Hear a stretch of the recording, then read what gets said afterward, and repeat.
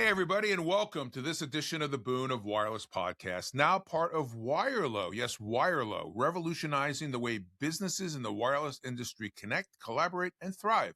As the premier B2B marketplace, Wirelo's platform is designed to cater specifically to the needs of the wireless store vendors in America. Wirelo.com. Hey, I'm your host, Jon Horovitz, coming to you as always, high above the streets in northern New Jersey at ANJ Media. Okay, you know I like to make fun of New Jersey.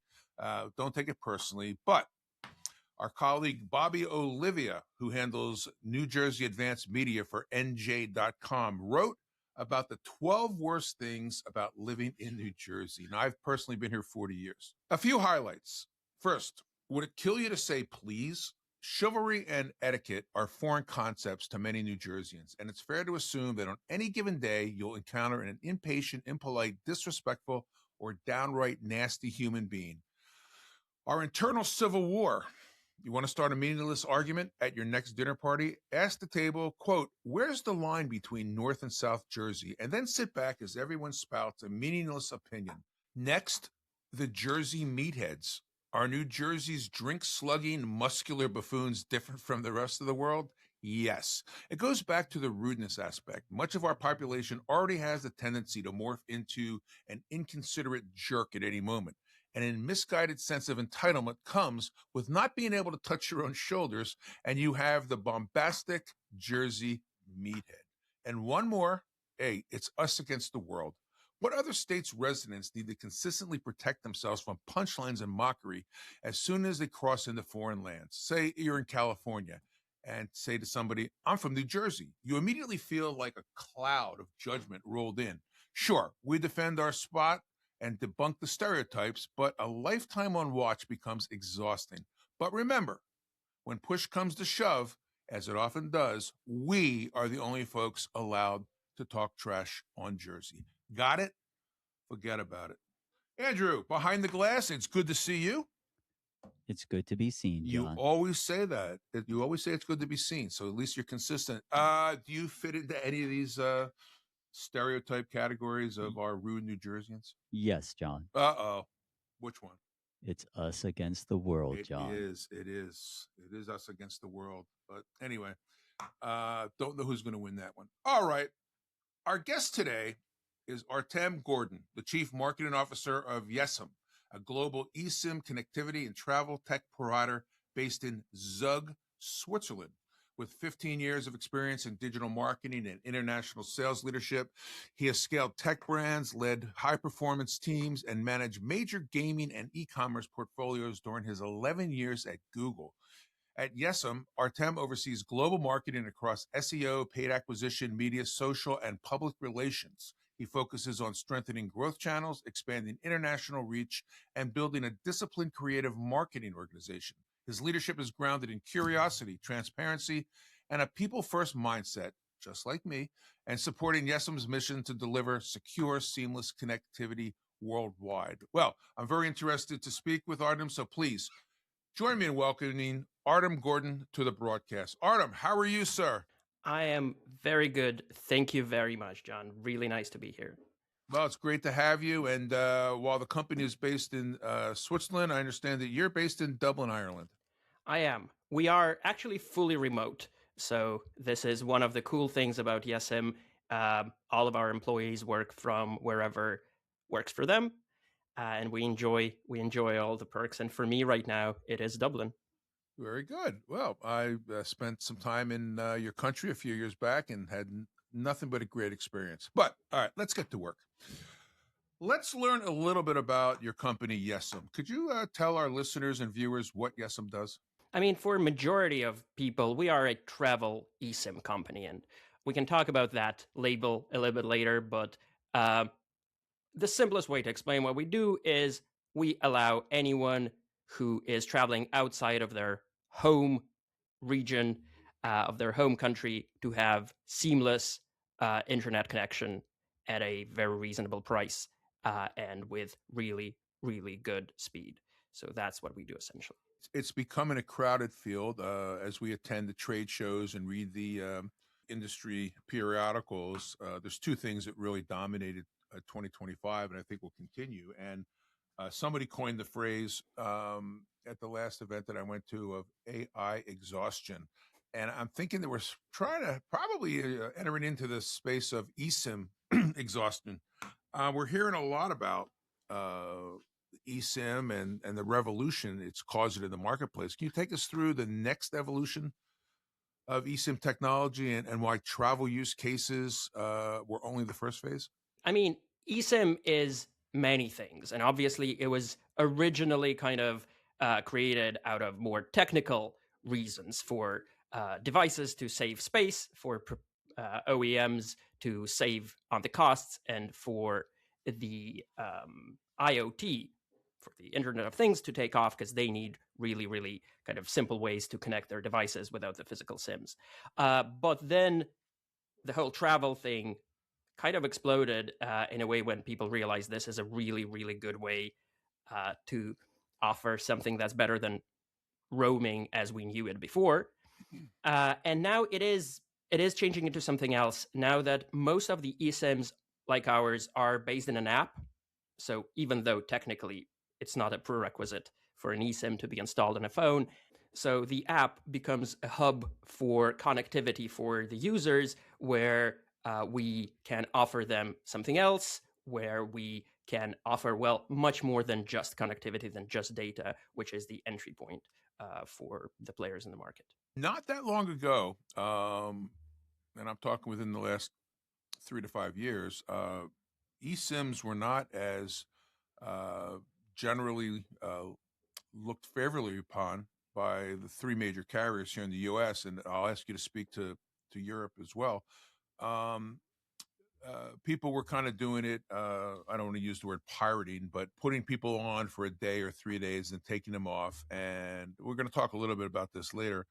And it was kind of a look the other way type. And when the carriers were looking at their churn going up, they would put an end to the program. And then at the end of the quarter or year, where they needed volume to make their numbers, so to speak, they would open the program up again. Did you see that not only in the U.S., but did you see that type of behavior by the carriers where you are? Honestly, not really. But to be very honest, I am not a telco guy. So as you mentioned in the intro, I come from the marketing side of things from Google. So I'm learning a lot, and I'm learning as we talk here. For me, as a consumer, especially here in Europe, that was always more something that we see just as a convenience. And we know there is a trade-off. There is some convenience to the physical SIMs, but there is also a lot of upside for switching to eSIMs. And I think the iPhone Air is kind of a nail in the coffin of refusal to run eSIMs, because now that there is a kind of major, I mean, maybe not the biggest phone in the world, but this specific model is still major, that only has it, everyone kind of needs to support it. And the fact that I don't know, was it the last 2 or 3 models don't even have a drawer for the SIM anymore, the physical SIM? Yeah, this is a US thing for sure, because I think in Europe all the other devices are still offered with a SIM drawer as well.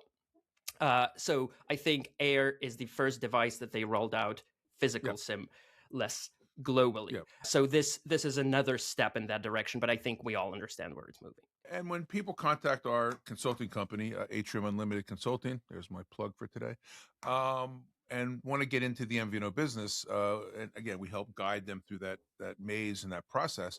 We always tell them that the longest pole is the SIM cards. It's a 14 to 16 week process to get a SIM card. And if you want customized artwork on it more, now with eSIM, we've reduced that time to market, and it's more manageable now. It lines up with your OSS, BSS, and your carrier. So, there's nothing negative that I can think about or know about with eSIMs. I mean, has there been glitches that you're aware of, or has it been kind of a seamless process? The only real kind of, not even an objection, but the inconvenience that user experience is when you have to manage a lot of them. Physical SIMs, even though they're kind of finicky, they're quite clear. You can see where they are. You can switch from phone to phone quite easily. Now, while switching within the phone in eSIMs, is easy if you label them correctly, and very hard if you didn't. Switching from phone to phone is more cumbersome than with the physical ones. But again, for us, it's good because for travel, this is the short use, and this, to what you said, for the carriers, these are the users that otherwise might just not sign up on the network at all. So this scenario is actually nice for everyone. My only issue was forgetting to, switch back to the primary phone number from the secondary phone number and wondering why nobody was calling me anymore. But I got over that.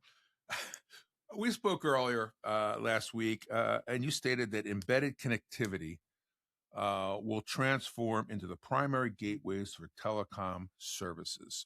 Can you expand on that, especially the part where telecom is shifting from SIM-based infrastructure to app-led experiences? The point where the user interacts with your company is not the cell, is not the network. I mean, in technical terms, of course it is, and it's the underlying infrastructure that's crucial, but the users are interacting with your website and with your app. And it doesn't matter how big you are, and this is where all the added value comes in. And I mean, we've known it for years. There was always a value-added service kind of in this world, but now it's easier than ever. It's more flexible. And what is changing is that more players like us are coming into that space where we're not competing with the traditional carriers for, again, obvious reasons, like with MVNOs. There is a certain pecking order based on who owns the infrastructure, who kind of delivers the service. But we can have that additional contact with the audience. We can offer them things. They offer us information about themselves, which is also valuable to the whole ecosystem. And this is where I see the big shift happening. So how does that redefine user acquisition and service delivery from your point of view? It really depends where people are starting from, because I know different companies had different kind of ways to acquire users. For some, the physical stores were the main kind of pull. For some, it is kind of ad-driven. For us, it's online. We are one of the businesses that mostly acquire users through digital advertising. Mm-hmm. And what that means, again, for us is it's absolutely crucial to be able to, again, extend the lifetime of the user, to upsell them on something they do need through the app, which means that then the economy of this digital acquisition becomes better and better, and it allows the companies to scale, which again is a little bit harder in the kind of world of distributor-led or offline-led advertising and user acquisition. So let me ask, who is your customer then? Who do you actually sell to? The carrier, the MVNO, the traveler? For us, the key customer is the traveler. Our most average customer is probably a middle-aged German man who travels a few times a year outside of European Union, where he has free roaming with his local provider. But then in summer, he maybe takes his family to Egypt or Turkey, and he uses our services there. And then every now and then, he goes on a business trip to the US or to Singapore, and this is where he uses Yesim to get data there. You're in a crowded field. How do you break through? Why? When I get phone calls from people that want to enter the MVNO world, which is our specialty, I always ask them, and my listeners are probably tired of hearing, what is your differentiator? Why am I going to leave my current provider, whether it's Verizon or Mint or whoever it is, to come with you? What is the value add for me as a user to go with Yesim over the other dozens that are out there? There is kind of a historical answer, which is I've joined the company this year, but the founders actually started in 2019. So Yesim started when it wasn't yet crowded and the offering was obvious, but then COVID happened. The travel industry was not really doing that well, and building a business very much on the bootstrapped kind of model did allow a few competitors to spend a lot of venture money to get ahead. What we're doing now and how we're holding our ground, and my biggest pitch is we have excellent customer service. I've heard it on your show before, how important that is. Yes. And it's very Thank you. true that not saving, like in telco world, we know people have a lot of bad experiences with customer service. That's in a lot of countries, like in Ireland, for example, I know to this day, the telco providers are some of the top in the ratings of kind of most hated, well, not companies, it's just the customer service that people don't like. So we're offering excellent customer service. The other thing, which is interesting and tricky, is we offer a lot of flexibility on the plans, because it's not about the price. It's an endless competition. We can never, win as an industry if we just compete on price. But understanding what the user needs is very important. So one thing, I'll give a specific example that we offer that most our competitors don't, is a full pay-as-you-go plan that we call Pay and Fly, which is fully global. You install one eSIM from Yesim in the app. You top it up with $20 or more if you'd like. And then wherever you are at home, you just keep it turned off as a SIM or keep the data roaming off. As soon as you land anywhere else, you can turn it on and it will just work. It will price-wise, that might not be the most efficient solution, because obviously if you buy like a specific package, we can give you a discount or something, but this is just install and forget thing for people who travel a lot. And I had, as I said in the beginning, it's a travel story, and I just told you kind of a travel story. But recently, I had a domestic experience that was very relevant here. I was at a concert show, and I'm not sure I'm allowed to name brands here, but the concert venue is sponsored by a large operator here. And I am a customer here locally of another operator. And would you be surprised? With a lot of people on the show, my network didn't work there. Well, just okay. Just doesn't. It's a big crowd. It's not their kind of home venue. So what I do, I go into my phone, I switch on my Pay and Fly that I use when I travel around the world, and it connects to the best network of the moment, which in Ireland can be one of 3 networks that we have contracts with, and it connects to the one that owns that building I'm in, which gives very good coverage. So in a lot of cases, it actually can help you in your domestic market as well, because we connect you to the best network available. Well, it sounds like a great solution for someone who's taken a quick trip, 1, 2, 3 days maybe, but you've got extended solutions as well. Tell us about your bundled plans and how they work. The idea is to have plans for absolutely everyone. So we have what you expect bundled plans, in a sense that you can get a certain amount of data in a certain country or region, like all of North America, which becomes very relevant this summer when the World Cup is played in 3 countries at once. But you can buy a certain amount of gigabytes in that region for that time. You can buy unlimited connection for a time. But now we're introducing a new thing, which is not yet out, exclusively talking about this on the show now, is we're gonna introduce the unlimited day pass concept, which means that you can buy a number of days and you can bundle them in a way that's convenient to you. So it's not like 30 days from today. It's you buy 30 days. If you know you're going to travel around 30 days a year, you get a discount for paying for it upfront. It's a really good deal. And then every day you connect, you have unlimited data. It's global in any country that is covered. So you go to Alicante in Spain, you have data there. If you spend 2 days, you get 2 days off these 30. And this is just for a year. So again, this is another way for people who plan their travel kind of more in days than in gigabytes. And most people think about it this way. It's an easier way to bundle data like that. So again, our goal is to give everyone the plan they need.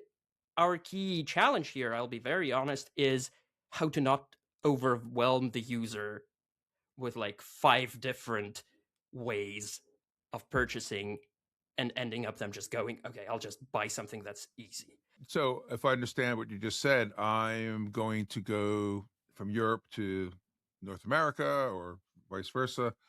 and I buy a 30-day pass, so to speak, and I can use that over 12 months.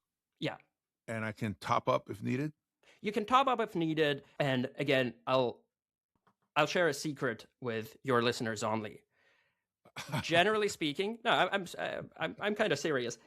Generally speaking, if after a year you have like 2 days left and you feel, I paid for the days, but I didn't use it.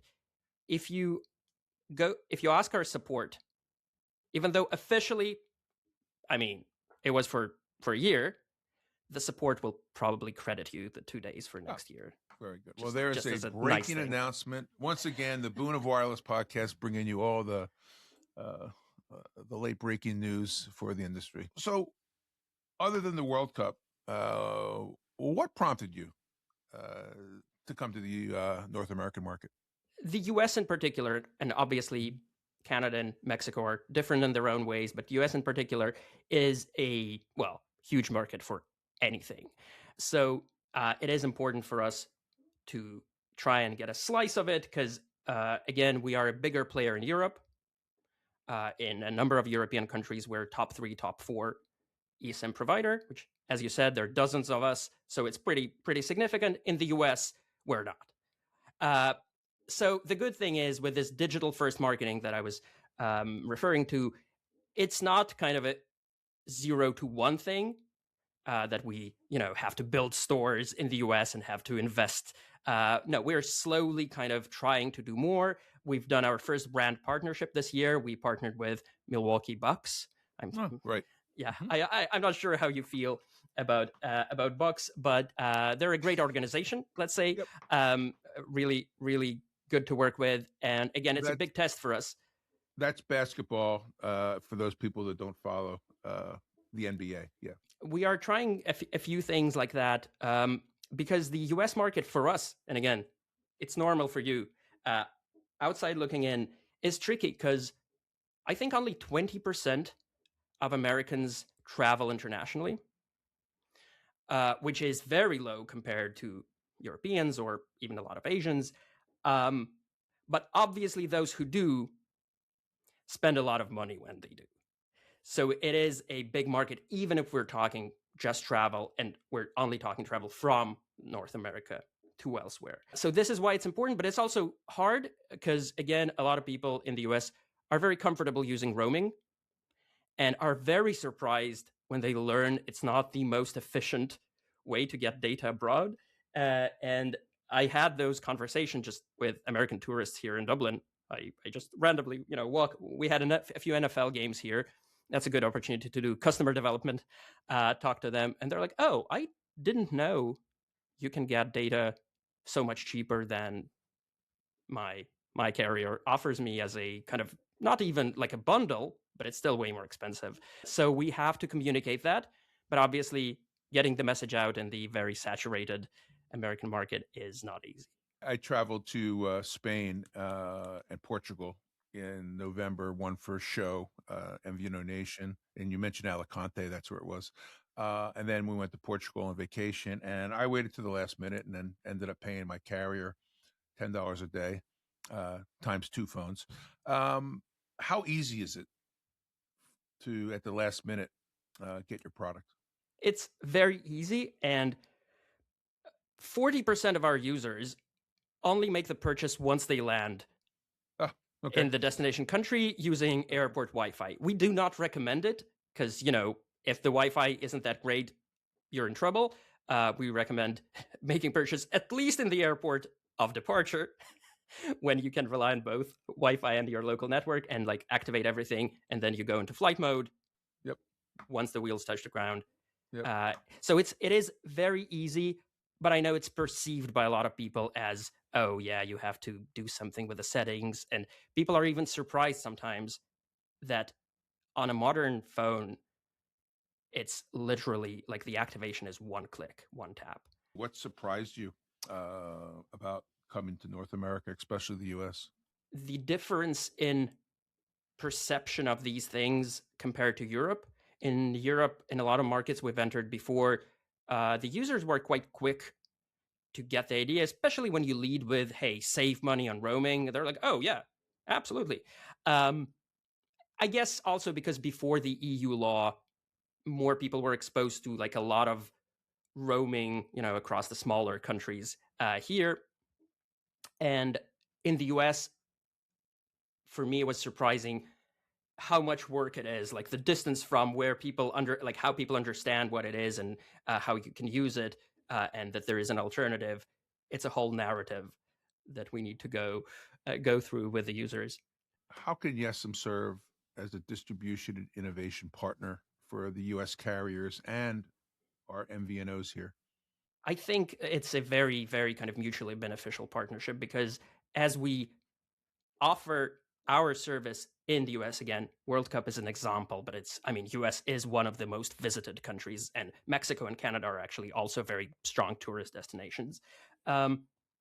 These users, yes, some of them, the carriers could have gotten through like selling them something like at the airport or something like that, but it's quite a lot of friction. The sign up process is designed, and you do everything designed for kind of more long-term users, and they end up using the service for just a couple of days. It might not be worth it for them. And also a lot of users now, with like, again, Wi-Fi proliferation, and just opt for Wi-Fi hopping, which I think is quite awkward, but it saves you a lot of money if you compare it with more expensive options. So for us, we bring these users, we serve them to the local carriers. We onboard them before because we can, monetize this user base across the world. We say, hey, you can have that, and we pay for the traffic they use, and we do want them to use the most. And again, the whole switching between carriers thing that I mentioned, like we think it's a great thing for the user, but I think it's also great for the network, because we will switch between networks when one is stronger than the other. So you're not losing the customer, if your coverage is good. But if somewhere the coverage isn't that great, and that user would have had a bad experience if they signed up only to your network, well, yeah, then we take this user temporarily onto another network. And then we bring them back, and they don't even know about it. Artem, I'll tell you, this has been a wonderful discussion and enlightening for me, that the next time I travel to Europe, I think I've found a way to save money now, and I will do it before I leave this time. And what really intrigued by your unlimited day pass, and I know that is coming out very early in 2026, correct? Correct. Yes, it's being finalized on the product side as we speak. And you'll have a big advertising push behind that, and customers will be able to enjoy that. We'll start slow to see if this is as we theorized what the customers, or at least some of the customers, want and need. We'll get their feedback, and then we'll do a bigger push. If I see your advertising, or I'm looking for another solution in this crowded field, how does one contact Yesim? Always just go to yesim.app and interact in the most convenient way on the web. Download the appropriate app. And yeah, whenever we do advertising, we usually include promo codes or QR codes if it's a billboard or something, which gives you an additional discount for signing up. And we'll definitely have a link in the description of this show, and we can offer a special discount to the listeners of the show. And as I said, you can always contact support and see what else Yesim can do for you. Thank you. An obvious question that I didn't ask you, this is available on both Apple and Android. Absolutely. Very good. Well, terrific. I want to thank you for taking your time out in Ireland today, and I hope our listeners and viewers learned as much as I did today about the evolving landscape of the eSIM. But before we wrap up, I'd just like to say to our folks out there that have been supporting us, thank you. As we come up on almost our 2-year anniversary of the Boon of Wireless and almost 60 shows that we've done. Thank you for your support. It's been a pleasure to serve you and to talk to you and to educate. And now that we're part of Wirelo, I think the best days for our podcast are ahead of us. And as we are now in the holiday season, I just want to wish everybody, this will be our last show for 2025. Just want to wish everybody a very, very happy, safe, and peaceful holiday season for everyone out there. Thank you again for being a part of our community, and thank you for the industry that we work in, for letting us come to you every week and hopefully give you some not only entertainment but also some education and tackle some of the issues that are out there in the wireless field. So that being said, we wish you well. That is going to wrap up another edition of the Boon of Wireless, and we will see you in 2026. Thanks. Do you want to be a guest on the Boon of Wireless podcast? Give us a call at 908-THE-BOON. Yes, 908-843-2666.